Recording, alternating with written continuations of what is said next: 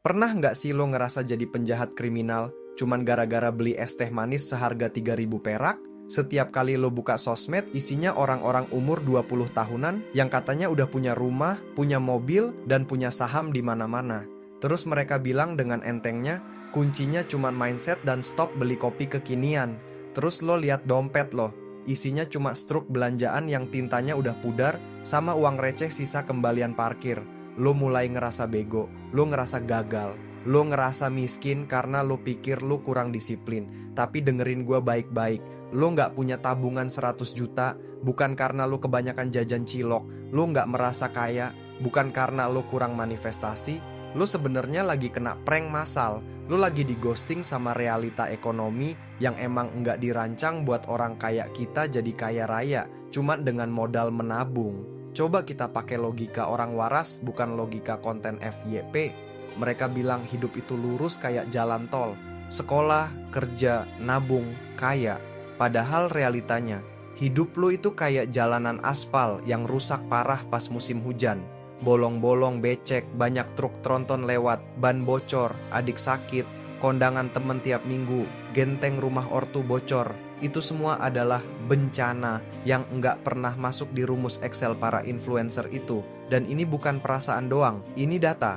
Coba cek, harga telur sama beras naiknya kayak roket SpaceX, cepet banget. Sementara gaji lo naiknya kayak siput lagi mager, landai banget. Terus, gimana caranya lo mau nabung agresif kalau buat napas aja harganya makin mahal?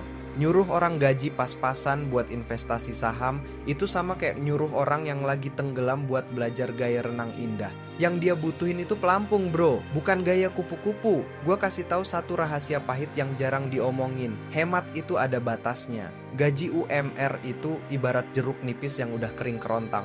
Mau lo peres sampai tangan lo kram, mau lo penyet-penyet kayak gimana juga, airnya nggak bakal nambah jadi seember. Paling cuma nambah 1 tetes. Energi yang lo pakai buat mikirin cara hemat 500 perak sebenarnya malah bikin mental lo makin miskin.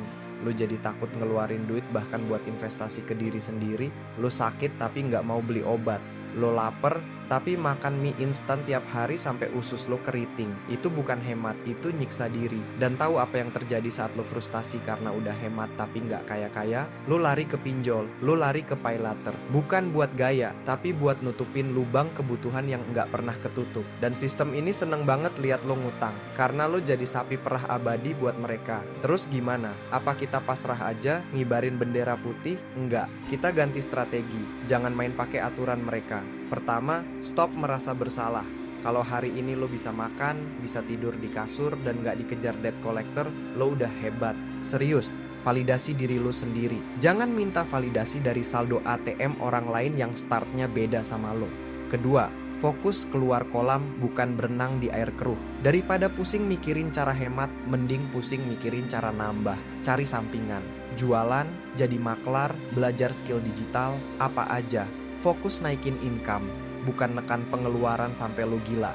1 juta dari hasil sampingan itu lebih berharga buat mental lo daripada 1 juta hasil dari nyiksa diri nggak makan enak sebulan. Ketiga, dana darurat di atas gaya-gayaan. Lupain dulu saham atau kripto kalau genteng rumah lo masih bocor. Fokus kumpulin dana buat napas. Dana buat jaga-jaga kalau motor mogok atau tiba-tiba di PHK. Itu pondasi.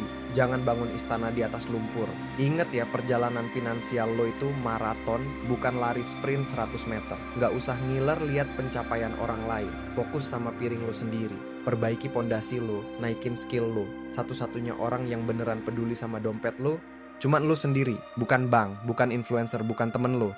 Jadi stop jadi korban, mulai jadi tuan rumah buat hidup lo sendiri. Gue Idil. Yuk upgrade hidup pelan-pelan. Yang penting waras. Yang suka dengan video ini jangan lupa like, komen, dan subscribe.